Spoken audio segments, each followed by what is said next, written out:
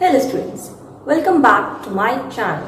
Today we'll learn the topics of real analysis, that is infinite limits or the functions whose limits are infinity, and we also see that these functions की जो limit है that does not exist in reals.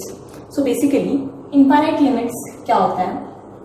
If A is a subset of R and f be a function from E to R, where C be the cluster point of A, we say limit x approaches to C, f is equal to infinity plus infinity. जैसे कि अगर real line है ये, तो यहाँ पे हमारे पास कहीं जाके प्लस इन्फिनिटी होगा, यहाँ पे कहीं जाके हमारे पास माइनस इन्फिनिटी होगा, क्योंकि जो रियल्स है वो अनबाउंडेड होते हैं.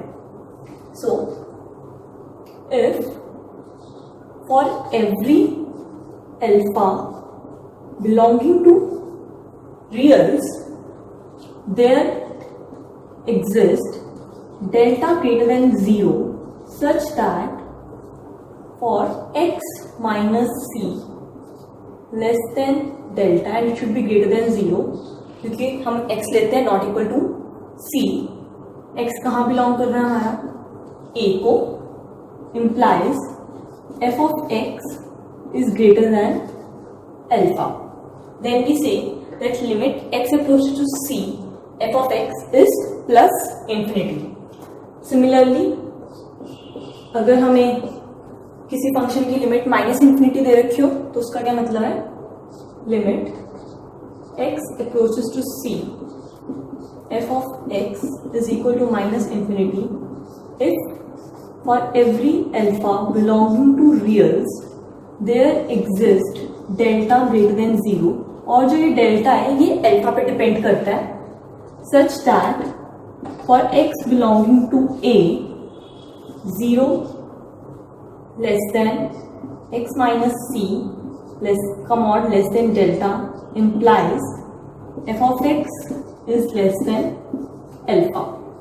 Then we say that limit x approaches to c f of x is minus infinity.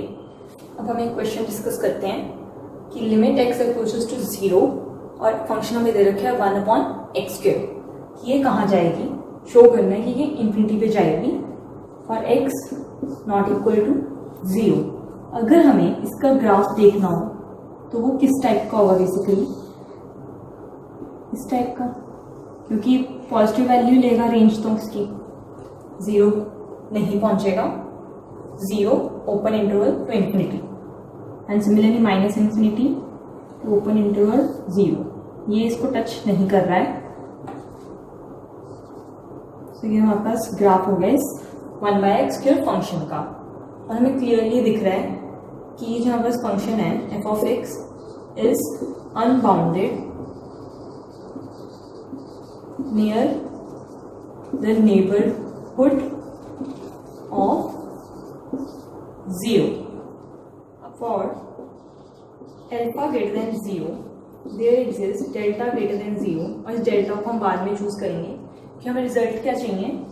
f of x should be greater than alpha, which in turn implies 1/x² should be greater than alpha, which in turn implies 1/alpha should be greater than x², which in turn implies x should be less than 1/root of alpha. तो अगर हम delta ये choose करें तो यहाँ पर desired result आ जाएगा, इसलिए हम डेल्टा अपना चूज करेंगे 1/√ऑफ अल्फा. अब हम एक एलिमेंट लेंगे x belonging to set A, ठीक है. सो अब हम क्या करेंगे? 0 less than mod of x minus, यहाँ पे क्लस्टर पॉइंट क्या था हमारा? 0 मॉड लेस देन डेल्टा, और डेल्टा क्या चूज करेंगे हम? 1/√ऑफ alpha, which in turn implies mod of x is equal to 1/√ऑफ अल्फा. अगर हम squaring the both the sides कर दें लेस देन, तो क्या आएगा? x² less than 1 over alpha, जो कि हमें चाहिए था ताकि हमारे पास x less than 1 over root alpha आ जाए एंड फाइनली हमारे पास आ जाएगा fx is greater than alpha and hence we can see that limit x approaches to 0 1 over x square is equal to plus infinity. अब हम एक और एग्जाम्पल कंसिडर करते हैं। Limit x approaches to 0 f of x हमारा 1 over x क्या आएगा for x not equal to 0। पहले इसका ग्राफ देख लेते हैं। इसका ग्राफ होगा हमारे पास यहाँ और यहाँ, this is y axis and this is x axis and ये x एक्सिस को टच नहीं कर रही, ना ही y एक्सिस को इसका ग्राफ टच कर रहा है। तो हमें ग्राफ के थ्रू दिख रहा है कि for all x less then 0 और अगर हम कोई अल्फा ले ग्रेटर देन 0 तो जो हमारा 1/x है वो यहाँ लाई कर रहा है थर्ड क्वाड्रेंट में और अल्फा कहीं यहाँ होगा हमारा। सो f of x is less then alpha.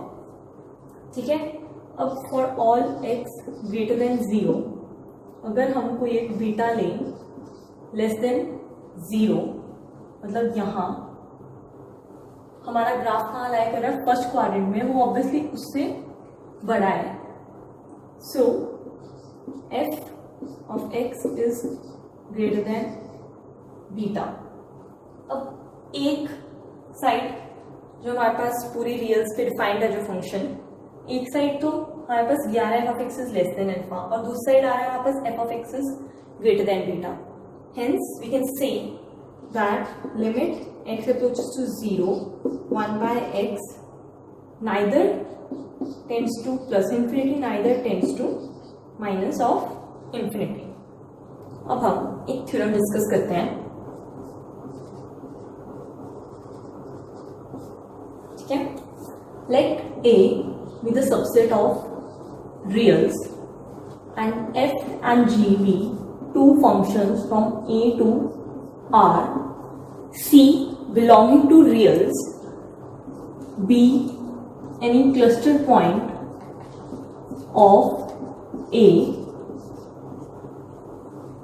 और हमें एक कंडीशन दे रखी है that f of x is less than or equal to g of x for all x belonging to A and cluster point कभी भी C के equal नहीं होता। हमें शो करना है कि for all x belonging to A and x not equal to C implies, पहला क्या हमें प्रूव करना है कि अगर हमारे इस फंक्शन की लिमिट इंफिनिटी को टेंड कर रही है और ये फंक्शन की वैल्यूज हमेशा इस फंक्शन से बड़ी है जिस पे ये फंक्शन डिफाइंड है, तो इसकी लिमिट भी इंफिनिटी को जाएगी। अगर हम नंबर लाइन पे देखें, अगर ये हमारे पास कोई f ऑफ x है और ये हमारे पास कोई g ऑफ x है, जस्ट फॉर विजुअलाइजेशन ये ऐसे रॉन्ग होगा ऐसे डिपिक्ट करना। अगर f ऑफ x की लिमिट इंफिनिटी को जा रही है और g of x f of x से बड़ा है तो g ऑफ x की भी लिमिट प्लस इंफिनिटी को जाएगी for x approaches to C। Similarly अगर हमारी g ऑफ x की लिमिट माइनस इंफिनिटी को जा रही है और f ऑफ x उससे छोटा है तो f ऑफ x की लिमिट भी माइनस इंफिनिटी को जाएगी। अब इसको स्टेट कैसे करना है, limit x approaches to C f is equal to plus infinity implies limit x approaches to C g is equal to plus infinity and second limit x approaches to C g is equal to minus of infinity implies limit x approaches to C f is equal to minus of infinity। अब इसका proof देखते हैं। हमें जो दे रखा है उससे उसकी डेफिनेशन यूज करेंगे हम उसको यूज करके। So we are given that limit f x approaches to C is equal to infinity. So for every alpha belonging to reals, there exists delta greater than 0 such that for all x belonging to A, x not equal to C, mod of x minus C less than delta implies f of x is greater than alpha. और हमें अभी एक और condition दे रखी है कि f of x is less than or equal to g of x for all x belonging to A. तो next step में हमारे पास क्या आएगा, alpha less than F of X is less than और equal to G of X for all X belonging to A and X not equal to C. C यहाँ पे नहीं है कंडीशन, यहाँ पे कंडीशन है क्योंकि हमने यहाँ लिया for all X belonging to A for X not equal to C. अगर एक पॉइंट नहीं भी लेंगे तो भी ये कंडीशन तो सेटिस्फाई कर ही रही है ना. सो which in turn implies alpha is less than g of x. ये हमारी अब जो लिमिट एट पॉजिटिव इन्फिनिटी की डेफिनेशन है उसको सेटिस्फाई कर रही है, क्योंकि for every alpha belonging to R there exists delta greater than 0 such that x belongs to A, x not equal to C लिख दिया मैंने, तभी यहाँ पे मैंने 0 less then mod x minus C नहीं लिखा. mod x minus C less than delta implies g of x is greater than alpha. Hence we can see that limit x equals to c, g of x is plus of infinity. Similarly minus वाला case है, हम minus infinity पे जब कोई limit की value minus infinity है उसकी definition use करते हैं. फॉर और every beta belonging to reals there exist delta greater than 0 such that for all X belonging to A 0 less than X minus C less than delta implies g of x is less than beta. और जो हमारा g of x था वो less than और equal to क्या था, f of x. हमें condition दे रखी है which in turn implies f of x is less than or equal to g of x which in turn is less than or equal to beta. Less than beta, f of x is less than beta for all x belonging to A, x not equal to C, और beta भी हमारा are को belong कर रहा है. एक यहाँ पर डेल्टा भी एग्जिस्ट कर रहा है कि ये सेटिस्फाई हो रहा है, और इससे हमारे पास आ गई f x is less than beta. Hence we can see that limit x approaches to c f is minus infinity.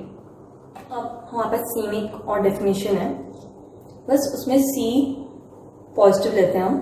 जैसे कि if A is a subset of R and f be a function from A to R where C belonging to R with a cluster point of A, और हमें एक set दे रखे हैं A union C comma union A intersection है implies x belonging to A for x greater than c, then we say that limit x approaches to c positive of f is equal to plus of infinity if for every alpha belonging to reals there exists delta greater than 0 such that for all x belonging to A not equal to C, f of x is greater than alpha. और यहाँ पर इससे पहले condition आती है कि x minus c का mod is less than c. Greater than 0 लिखने की जरूरत नहीं है क्योंकि मैंने ऑलरेडी एज्यूम कर लिया x is not equal to c, and हमें पता है कि x is greater than c, so ये मॉड भी नहीं आएगा. Implies this statement. सिमिलरली अगर कि हमें माइनस इन्फिनिटी के लिए करना होता तो हम क्या करते कि limit x to c positive f is minus infinity if for every alpha belonging to R there exists delta greater than 0 such that for all x belonging to A not equal to C, x not equal to C, mod of x minus C is less than delta implies f of x is less than alpha. तो हम कहते हैं कि limit है जो f की as x equals to c positive is minus infinity. अब इस पे कुछ एग्जांपल्स करते हैं. For f of x equal to 1 by x, x not equal to 0, इसका हमने जब ग्राफ देखा था तो वो ऐसा था, जैसे जैसे x इन्फिनिटी को अप्रोच कर रहा है, जैसे जैसे x 0 पॉजिटिव को अप्रोच कर रहा है यहाँ, तो हमारा फंक्शन प्लस इन्फिनिटी को जा रहा है यहाँ, एंड जैसे जैसे फंक्शन माइनस ऑफ 0 को अप्रोच कर रहा है, यहाँ 0 है, माइनस यहाँ आएगा, जैसे जैसे हमारा फंक्शन माइनस ऑफ इन्फिनिटी पे जा रहा है, hence we can say that limit x equals to 0 positive of f is equal to plus of infinity and limit x approaches to 0 negative f is minus of infinity. Though limit x approaches to 0 f does not exist in R, हमने पहले prove किया था, इन R क्या exist भी नहीं करती क्योंकि ये दोनों लिमिट्स भी डिफरेंट है।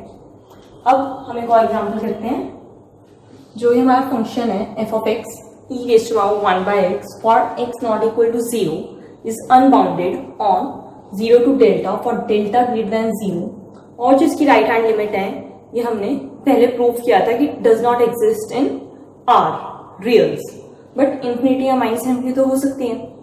सो अब हम क्या लेंगे, हम लेते हैं for delta greater than 0 x minus 0 mod is less than delta for all x belong to reals and x not equal to 0, तो हमारे पास आ जाएगा 1 over delta is less than 1 by x, and ये हमारे पास एक इनइक्वालिटी होती है e raised to power 1 by x के केस में, जो कि होती है t is less than e raised to power t for t greater than 0, तो वही यूज किया हमने, और इस स्टेटमेंट से हमारे पास क्या आ गया कि 1 by x is greater than 1 by delta, hence we can say e 1 by x is less than is greater than 1 by delta, और 1 by delta वो एक रियल नंबर है and e raised to power 1 by x हमारे पास function था, हमारा एक function real number से बड़ा आ गया, सो हमें क्या पता लग रहा है, limit x equals to 0 positive of f is equal to infinity, and in fact यहाँ